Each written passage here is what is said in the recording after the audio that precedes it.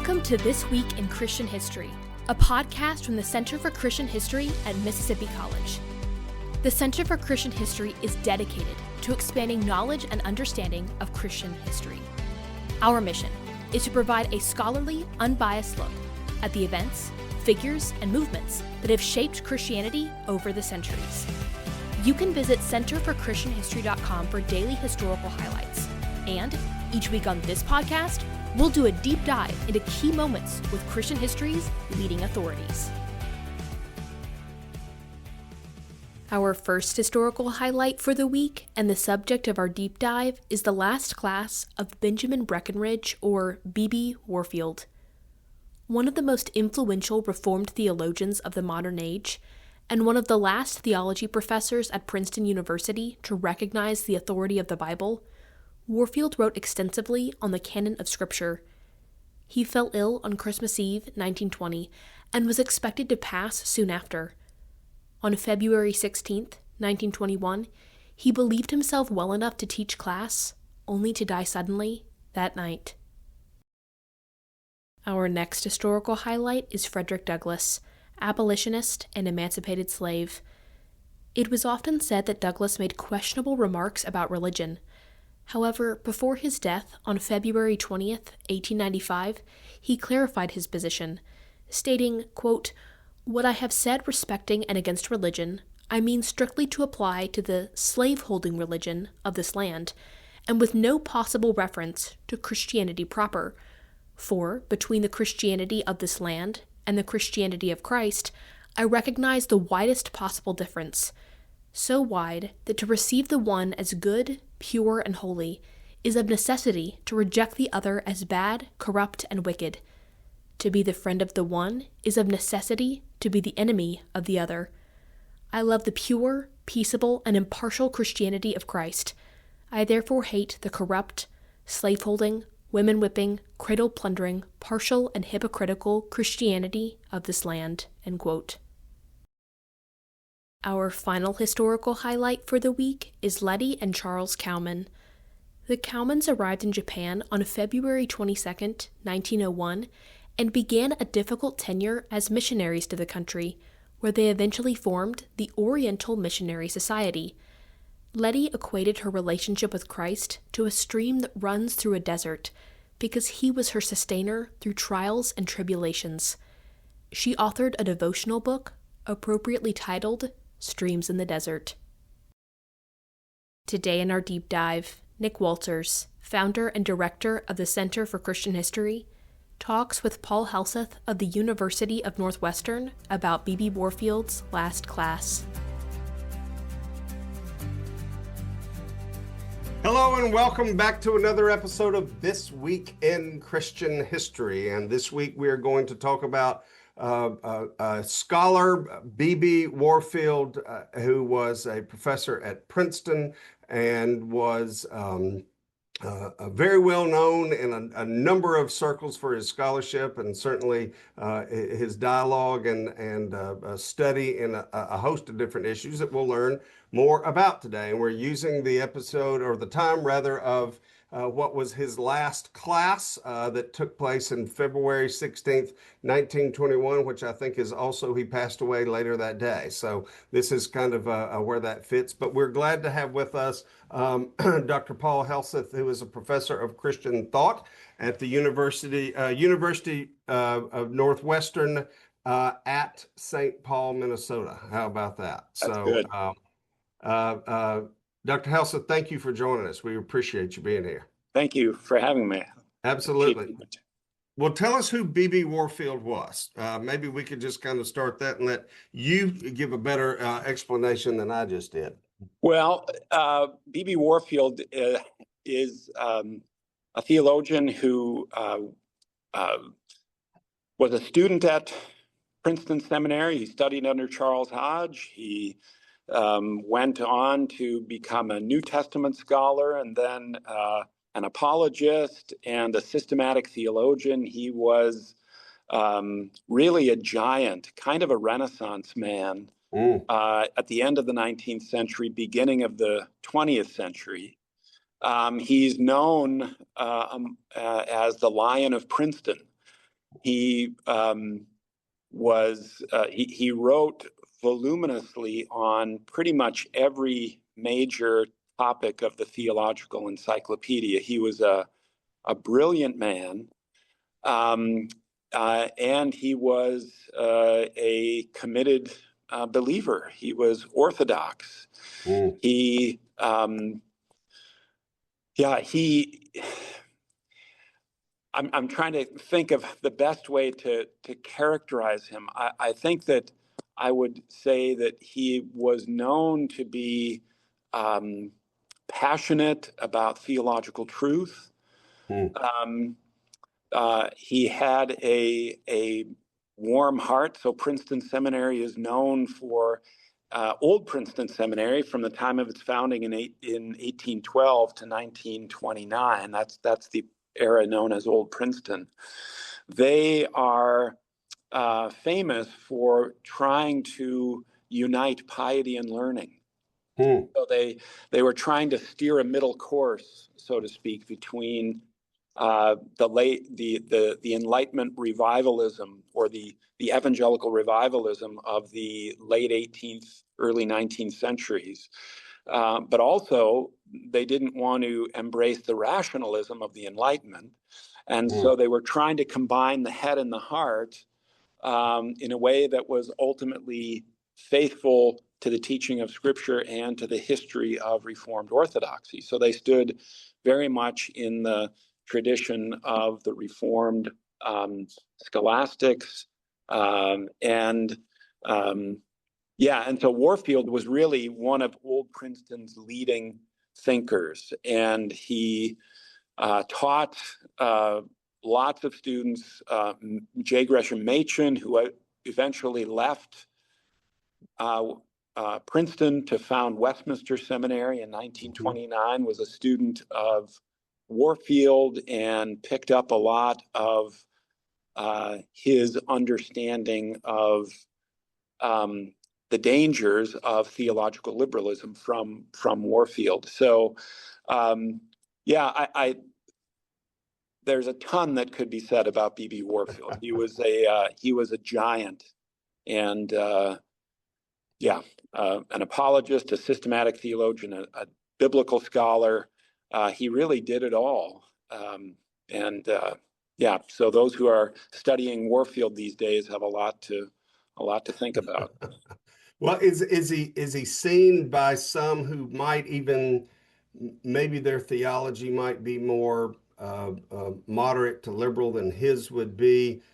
Do you think that they would be able to see his scholarship alone just to say, well, I don't know if I take the same take he takes on that, but to know this is kind of how this came together in a systematic theological way, or this is what this means, or this is the other side to that argument or whatever, still could say, hey, the guy still was had a brilliant mind. I may not agree with everything he came up with, but there's no doubt about his scholarship being solid. Right. Oh, I think that's definitely the case. However, I think those that would disagree with him would find themselves being challenged to come up with justification for rejecting what he was saying. He really, I have been impressed with him over the years with just the keenness and the subtlety and the forcefulness of his writings on pretty much every topic. That's not to say that everyone who reads him is going to be convinced, but he's a compelling theological force, is the way I'd put it. And solidly reformed all 5 points of Calvinism, right? Yes. No doubt, no backing off, no maybe, right? No, not at all.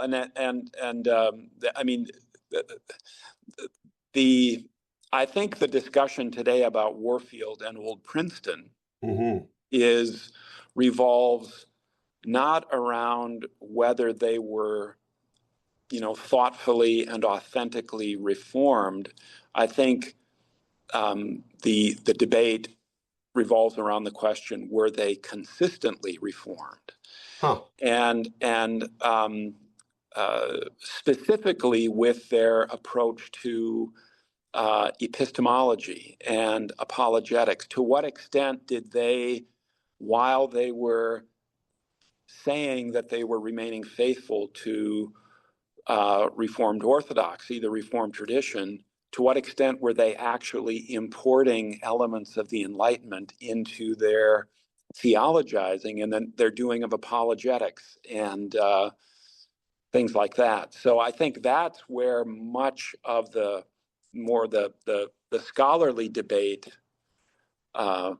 revolves around those kinds of questions with Warfield and with old Princeton, it seems to me. Wow. So tell us what you mean by enlightenment. You know, some of us may remember back from a college class we might have had to take, or something where we were thinking about, you know, Francis Bacon figuring out how to, figure out how to make stuff work, right? Or whatever. Yeah. That might think of it as enlightenment, but that's not exactly the same concept that you're talking about, right? Right. I'm talking about a movement beginning in the 18th century that impacted the 19th century, that revolved around basic questions of authority, basic questions about human ability.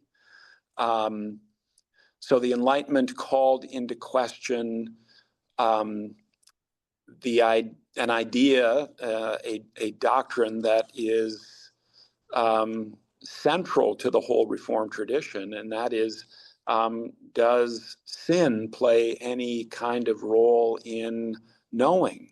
Are there noetic effects of the sin on the mind?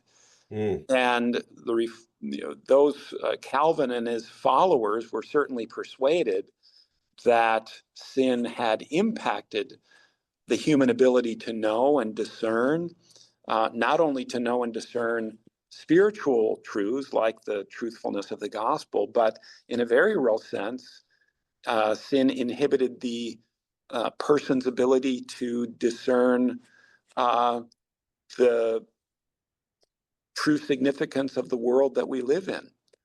So are the heavens telling the glory of God, or aren't they? Is it just my faith that makes me think they're telling the glory of God when in fact they're not? So the Enlightenment really challenged our understanding of where authority is found and to what extent is human reason reliable for discerning truth, whether it's found in the Bible or whether it's found in the natural order or whatever. So the Princeton guys, I guess I'll put it like that since they were mainly guys, they are, the standard assessment of old Princeton is that they embraced a kind of Enlightenment optimism with respect to human rational and moral ability. And recent scholarship, the stuff that I've been doing and things that others have been writing on, is trying to push back on that narrative. So the narrative is that the old Princetonians, beginning with Witherspoon, although this is kind of fading due to a recent book by Gideon Mailer from the University of Minnesota Duluth, actually. The idea was that when Witherspoon accepted the invitation to become the president of the College of New Jersey, early Princeton, he had a kind of conversion experience on his way over from Scotland to America. And that conversion was that while he was a pastor and a minister in Scotland, he was strongly opposed to Scottish versions of Enlightenment philosophy. But when he came to America and became involved with the politics of the early republic, he abandoned his opposition to the Enlightenment, the Scottish Enlightenment, and embraced elements of the Scottish Enlightenment. And then that worked its way not just into his participation in the Continental Congress and all of that, but that it also worked its way into Old Princeton. So the thought is, the storyline is that Witherspoon accommodates Scottish common sense realism. He passes it on to his theological descendants at Princeton, people like Charles Hodge, Archibald Alexander, then B.B. Warfield and other Hodges, and ultimately Machen. And they, those who were at Princeton Seminary, ended up then passing that accommodation of Enlightenment philosophy onto not just Reformed evangelicals, but any conservative evangelical who embraced certain kinds of things that the old Princetonians talked a lot about, like inerrancy and the authority of Scripture and things like that. So you can kind of trace this narrative, this line of argument that revolves around the impact of Enlightenment philosophy from the founding of Princeton Seminary to the middle of the 20th century, when and actually even to the present, because conservative evangelicals today are still very much indebted and are very eager to embrace the work of the old Princeton theologians. So there's a long history there, and that history is still being debated now. You can watch the rest of Nick's interview with Paul Helseth by clicking the View Full Interviews button on the podcast page of centerforchristianhistory.com. This Week in Christian History is produced for the Center for Christian History by Blue and Gold Media at Mississippi College in cooperation with the MC Department of Communication.